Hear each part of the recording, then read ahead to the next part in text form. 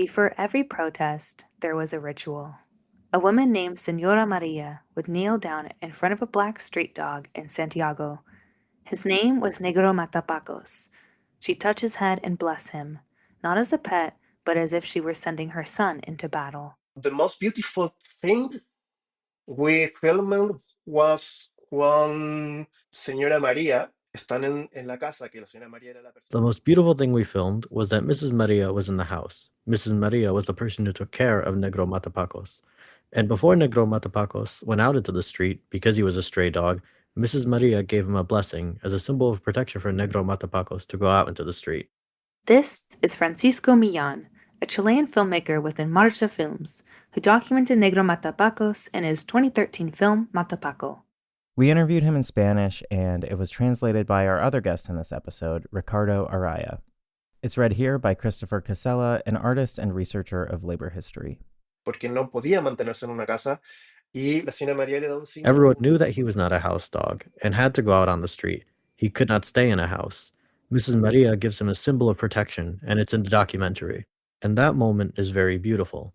It's also very moving because it's a Christian blessing for a dog that goes out to protest to fight against the police alongside the students. It's very symbolic. This is the story of that dog, Negro Matapacos, and the people who marched beside him in one of the biggest uprisings in modern Chilean history.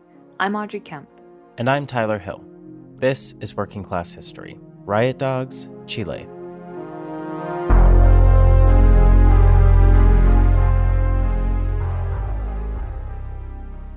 Before we get started, a reminder that our podcast is brought to you by our Patreon supporters. Our supporters fund our work, and in return get exclusive early access to podcast episodes without ads, bonus episodes, free and discounted merchandise, and other content. For example, our Patreon supporters can listen to an exclusive bonus episode about riot dogs in Greece, and they also get exclusive access to our 2 Patreon-only podcast series, Radical Reads and Fireside Chats. Join us or find out more at patreon.com/workingclasshistory. Link in the show notes.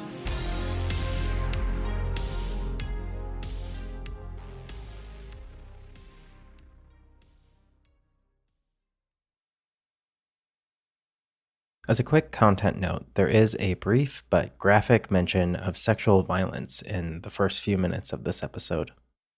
To understand why a Chilean protest movement emerged in the early 2000s and why the Constitution became the heart of the fight, you have to go back to 1970, when Chile elected socialist Salvador Allende as president. Allende tried to remake Chile through democratic socialism, nationalizing copper, expanding workers' rights, and investing in housing, healthcare, and education. But his government faced sabotage from day one. The U.S. government, fearing a socialist threat to U.S. business interests, funded opposition groups, economic disruption, and media campaigns to destabilize the country. On September 11th, 1973, Chilean armed forces, led by Augusto Pinochet and backed by the U.S., launched a violent coup against Allende's administration. The dictatorship that followed dismantled Allende's reforms and reshaped Chile entirely. Under General Augusto Pinochet, a group of U.S.-trained economists known as the Chicago Boys rewrote the economy from top to bottom. Public utilities, pensions, and education were privatized, and Chile was sold to the world as a free market miracle. Even after democracy returned in 1990, much of this model remained intact. Schools, pensions, and healthcare continued operating as profit-driven systems. While the Western media praised this supposed economic miracle, for working-class Chileans, it was a disaster. By 1975, inflation had reached 341%, and by the early 1980s, Chile defaulted on its debts. The economy collapsed. Unemployment reached 30%, and 45% of the population were living in poverty. And it wasn't just an economic nightmare. Pinochet's regime was ruthless in its implementation of these policies. The military government dismantled democratic institutions and launched a campaign of repression aimed at eliminating political opposition, labor movements, and organizations. Any workers who attempted to resist were murdered, tortured, imprisoned, or forcibly disappeared. This is Ricardo Araya from Santiago, Chile. He's a musician, translator, and an admin for Working Class History's Spanish-language social media pages. Ricardo also took part in the nationwide protests known as the Estallido Social, the social outburst. A particularly notorious method of execution used by the regime involved throwing civilians to their death from helicopters into the oceans or over the Andes Mountains. Over the next 17 years, more than 3,000 people were murdered by the regime, while more than 37,000 others were illegally detained or tortured. Many prisoners, both men and women, were systematically raped and sexually abused by guards, with women being a particular target. In addition to being assaulted by guards, some women were subjected to sexual violence involving dogs, rats, and spiders, or were forced to have sexual relations with male family members. Children of those who were killed or disappeared were often taken from their families and handed over to the Catholic Church or placed for adoption abroad, frequently without being told the truth about their parents' fate. These acts constitute crimes against humanity under international law. Their impact continues to shape Chilean society today, leaving deep scars on survivors, families, and future generations, and underscoring the enduring importance of truth, justice, and collective memory. In the 21st century, years after the fall of the dictatorship, Chile looked modern on the surface, but beneath it, inequality deepened. Families went into debt just to send their kids to school or to pay for a hospital visit. For decades, the country looked stable, modern, prosperous. But most Chileans were drowning in debt for the basics: education, housing, retirement. By 2011, its students had had enough. In 2011, the protests were mainly led by students who had clear spokespersons and recognizable leaders.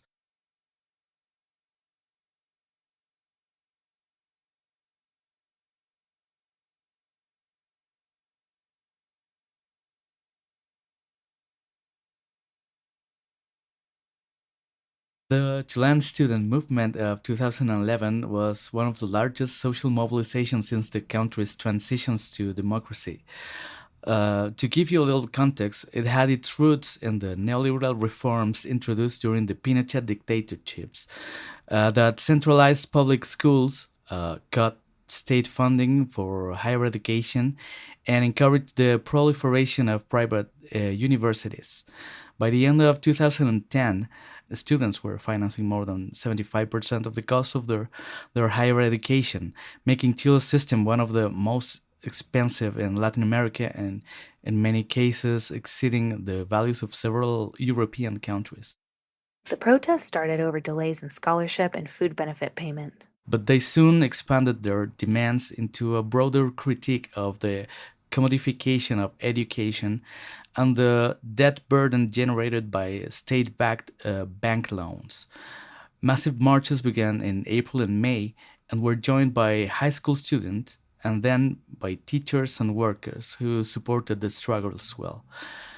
These marches were often met with strong police repression. The protest tactics ranged from traditional demonstrations to highly visible performative acts, such as dances, running, skateboarding, and so on. They took to the streets declaring that education is a right, not a product, and demanding the education system better meet the needs of indigenous Mapuche students. By the middle of the year, Ricardo told us protests were regularly drawing between 50,000 and 200,000 people, with some events bringing almost 1 million people into the streets. Participation was massive, with marches reaching hundreds of thousands of people, yet the movement remained centered on the educational sector. The police repression was significant, but it remained comparatively measured. The conflict remained within a framework of negotiation and public debate, even though no immediate resolution was reached. In August of 2011, the Workers' United Center of Chile called a nationwide 2-day strike. Up to 600,000 people took to the streets, and police responded by arresting 750, injuring many, and killing one 16-year-old boy. As tensions continued to rise, the protesters and the government couldn't seem to come to an agreement. So, despite the government's multiple proposals, including adjustments to scholarships and loans, students rejected each plan for failing to address the core issues of profit and the demand for free, quality public educations. Students eventually won some small concessions. A governmental education fund was established, and the Minister of Education was also replaced. And though not much else came from the 2011 protests by the time things settled down, they did show people what kind of resistance was possible.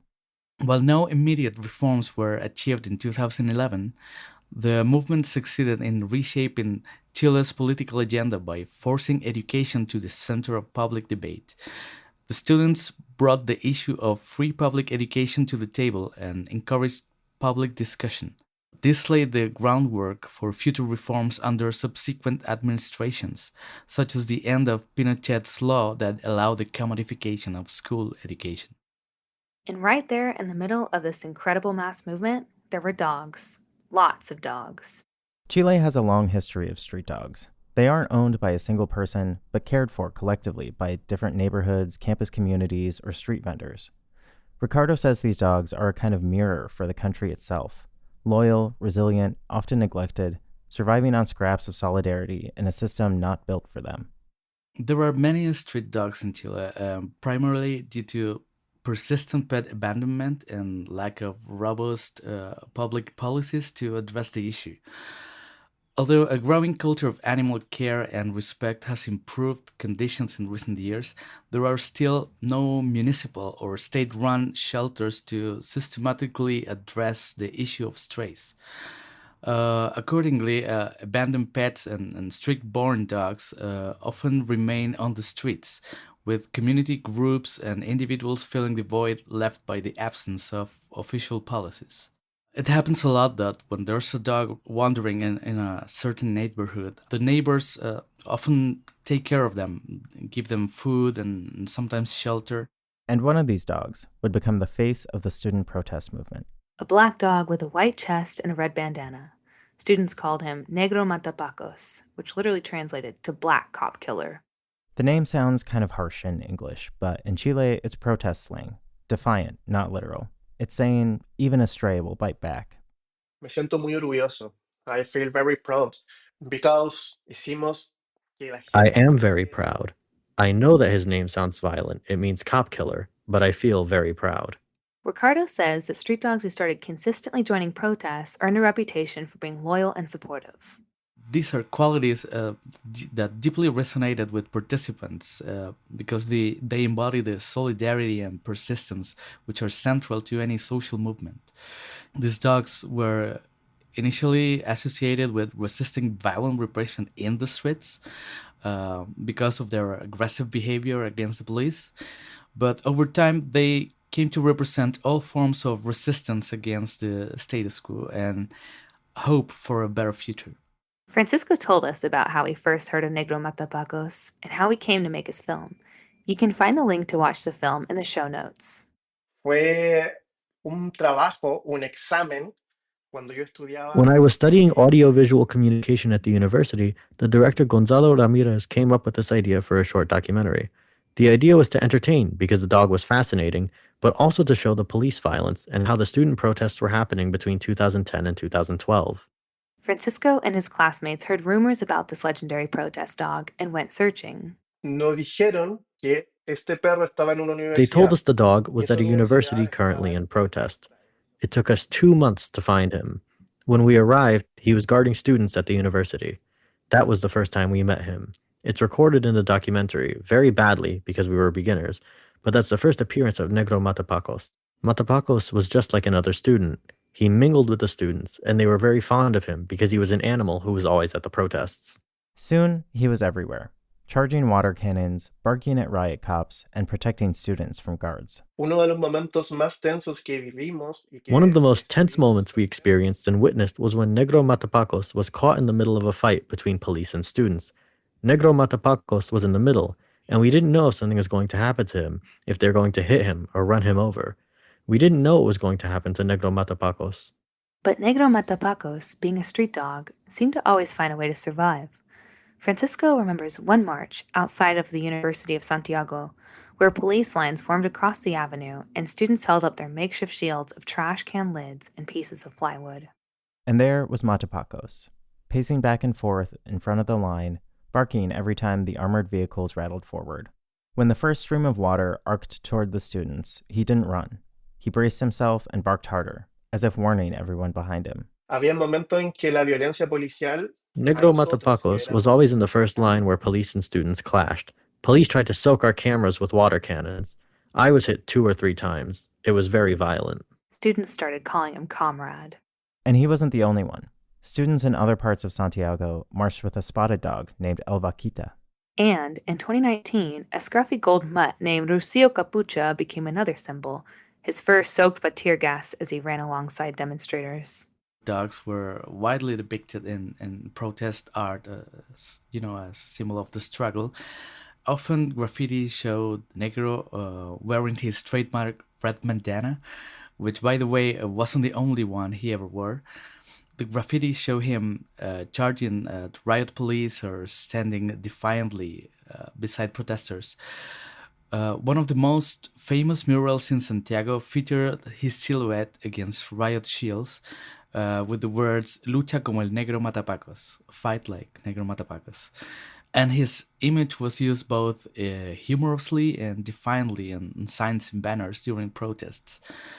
In the online world, memes depicting him as a guardian of the people spread internationally on social media, sometimes edited into historic revolutionary scenes or alongside slogans against repression. But it wasn't until 2019 that stickers and posters and graffiti bearing his image became a common sight in metro stations and public places, which helped establish him as the cultural symbol of activism he is today.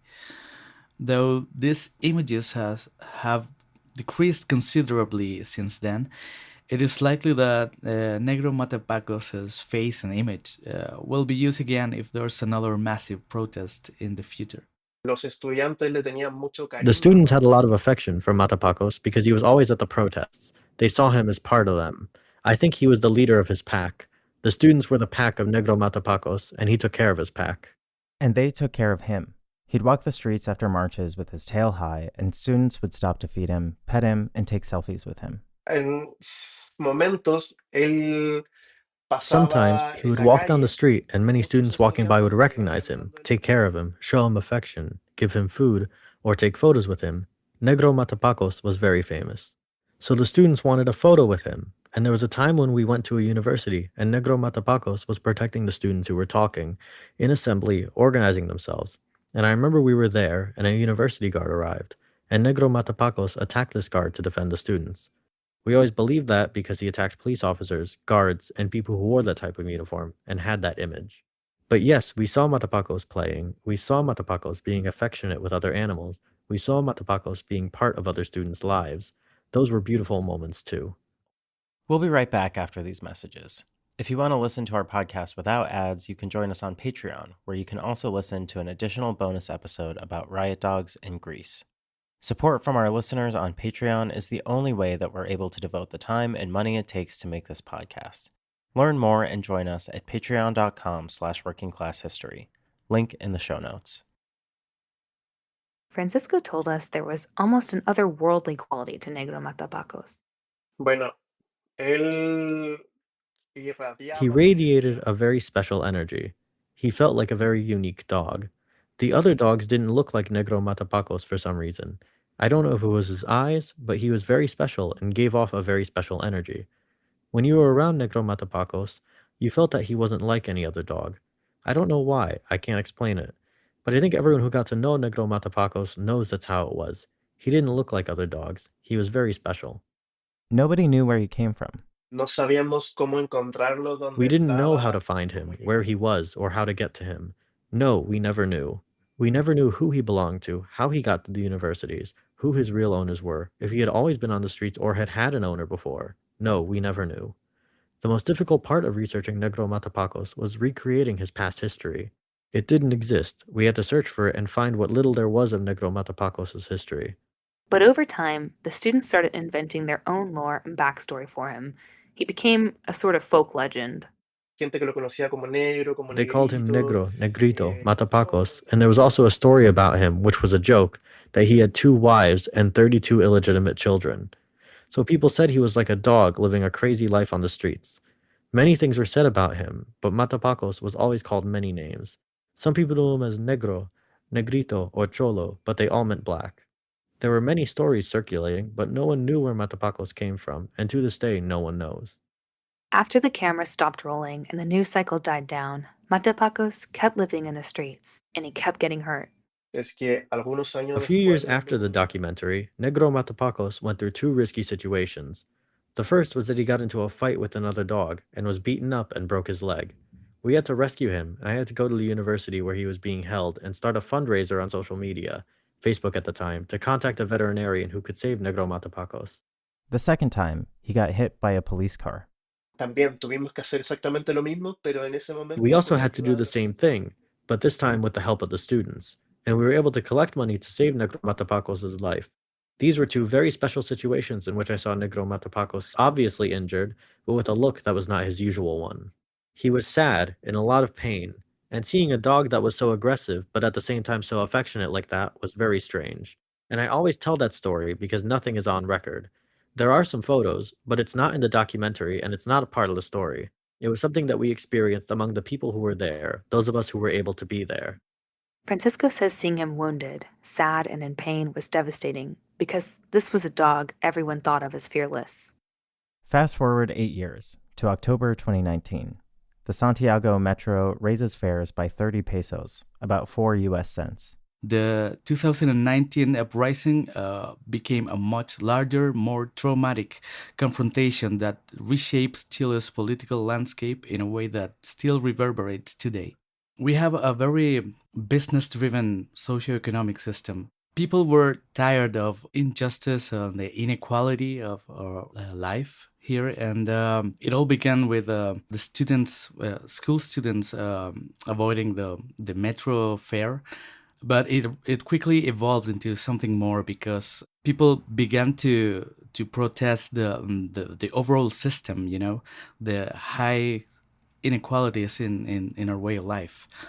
That's when people took it to the streets, and it all began as a decentralized movement. High school students start jumping the turnstiles in protests, police crack down, and suddenly the whole country erupts. As is often the case, media coverage of the protests told a different version of the story than the one experienced by the people on the ground, like Francisco and his documentary crew. Me hubiese gustado mucho mostrar cómo la policía I would have really golpeaba liked to a show los how the police estudiantes de beat the esa. students at that time, how they treated them. When we went to protests, we saw a lot of police violence, but when we got home and turned on the television, we saw that the students had been the violent ones. But we knew that the police had been violent, and only those of us who were there could see that. Television showed a different reality, and I would have liked to have shown a little more of that, but our focus was Negro Matapacos. Francisco is talking about 2011, but the same dynamic reappeared 8 years later. Only this time, the country exploded on a scale no one had seen since Pinochet's dictatorship. In 2019, the slogan becomes, "It's not 30 pesos, it's 30 years." 30 years of inequality since democracy was restored. Half the country earns less than about $550 a month. Pensions and healthcare are privatized. The Pinochet-era constitution still shapes everything, from labor law to housing. Debt is everywhere, and millions take to the streets. President Sebastián Piñera declares a state of emergency, sends the military into Santiago, and imposes curfews. Dozens are killed, thousands are injured. Hundreds lose eyes to so-called non-lethal rounds fired by police and soldiers. The 2019 uprising was far broader, involving millions of Chileans from all social backgrounds, not just students. It's sparked by a metro fare increase, but it quickly evolved into a nationwide rejection of inequality and the neoliberal model. Unlike the 2011 protest, the 2019 demonstrations were decentralized and largely spontaneous, lacking clear leadership or negotiation channels. So the state's response was dramatically harsher. Dozens were killed, thousands were injured, and hundreds suffered eye mutilations due to police and military actions. This created a deep social wound that remains unresolved. By neoliberal, he means an economic system built on privatization, austerity, and free market rule, one that shaped daily life long before the protests began. And through all of it, the face on the banners was not a politician. It was Negro Matapacos. He had died years earlier, but his image, a black dog wearing a red bandana, was painted on walls, printed on flags, and tattooed on bodies. His silhouette even appeared in art, urging people to vote apruebo, I approve, meaning yes to replacing the dictatorship-era constitution during Chile's 2020 national plebiscite. Dogs like Negro became powerful symbols of resistance because animals naturally evoke tenderness and an emotional connection. This helped humanize the protest. Stray dogs, in particular, mirrored the situation of precarious and marginalized people, serving as living analogies of vulnerability and endurance within the Chilean society. So when people looked at him, they saw themselves, abandoned and unwanted, but still standing. But not everyone celebrated the presence of riot dogs. On social media, people questioned whether activists were putting dogs in danger. Chileans who knew riot dogs pushed back on these claims. These weren't pets being brought into protests. They were street dogs who lived in those spaces, who followed the rhythms of the city, and who chose where to go. The dogs who show up at protest usually do so on their own. Protesters don't bring them, and in many cases, they resist attempts to move them away. These dogs seem to sense the hostility and violent intent of police forces, like I said. So their defensive reactions, like barking, running alongside marchers, and confronting riot officers, are responsive to that aggression. So in this way, their presence is less about people endangering them and more about the dogs choosing to stand with the crowd during conflict, likely out of a protective instinct. And Ricardo says they also have a lot to teach us about the kind of bravery mass movements require. I think the most valuable lesson we can learn from them is their loyalty, the way they selflessly put themselves in danger, thinking of protecting the mass of people. That's something that's very valuable, and we definitely can learn about that watching them. Meanwhile, Chile kept erupting. After 2019, pressure from the streets forced the government to concede something unthinkable: a vote to scrap the Pinochet-era constitution and write a new one from scratch. Imagine that.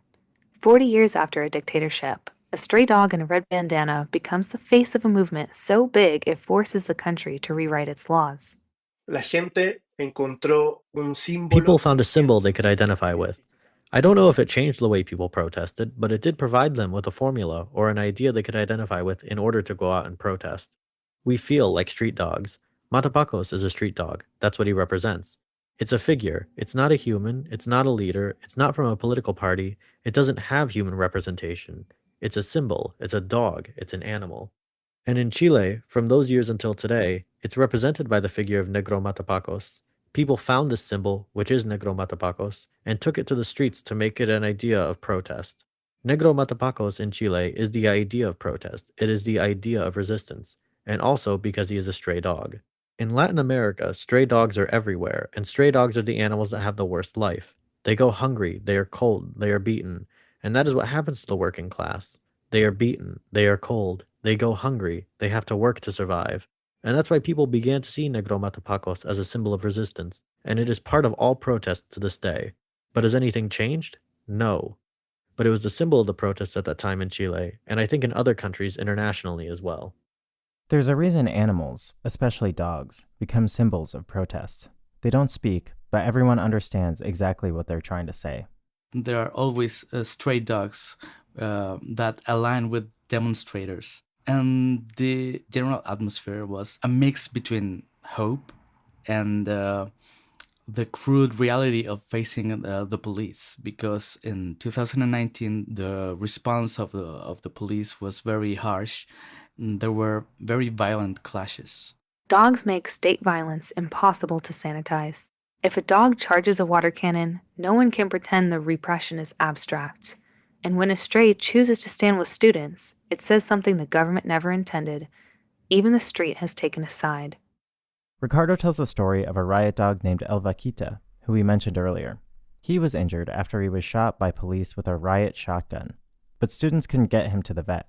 The only way they could get him to go was to organize a fake protest. he didn't want to physically go to the vet. It was hard to take him, but the solution they came up with was organize a fake mart, so the dog was voluntarily walking with the people straight to the vet office. In a 2019 poll by the local newspaper El Diario, Matapacos was voted Character of the Year, surpassing all of the humans in the running. In 2022, a new progressive constitution was proposed and voted down following a massive misinformation campaign by the right-wing press. The following year, a right-wing constitution was proposed instead. This was also rejected by voters. But despite the failure of the protest to overturn the Pinochet-era constitution, Francisco says he feels proud. Hicimos que la gente conociera We helped people know this character. A lot of people identified with Negro Matapacos because he symbolized the protesters. Brotherhood, resistance, struggle. People felt identified with a street dog. In December 2025, Chile elected a new far-right president, José Antonio Cast, the son of a German member of the Nazi Party who migrated to Chile after World War II. He's set to take office in March 2026. Cast is the first modern democratic leader of the country to openly support Pinochet and his murderous dictatorship. Matapacos' spirit of resistance and struggle will be needed more than ever. During Cast's campaign, Negro Matapacos, once a shared icon of resistance, was recast by the right as a symbol of disorder and violence. When figures like Labor Minister Jeanette Jara wore his image publicly, they were subjected to intense criticism, accused of glorifying unrest, even as many police actions during the uprisings went unpunished. The protest dogs are very fierce with the police and very gentle with the demonstrators, because one can imagine that they identify with the people. But I actually have the theory that they feel the violence of the police, the violent intent, and they respond in a way that's protective with the people they like, and it's like a defensive instinct. Probably that's the reason why these dogs are very harsh on the cops and very gentle with their protesters. So yeah, people see them as very fierce against the police, and that's why they like them. And also they consider them as guardians of the people.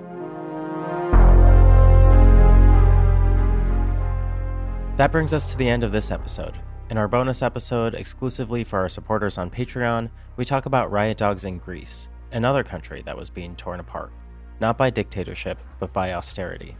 In Athens, during the Eurozone crisis, another dog showed up in the tear gas, a golden mutt named Lukanikos.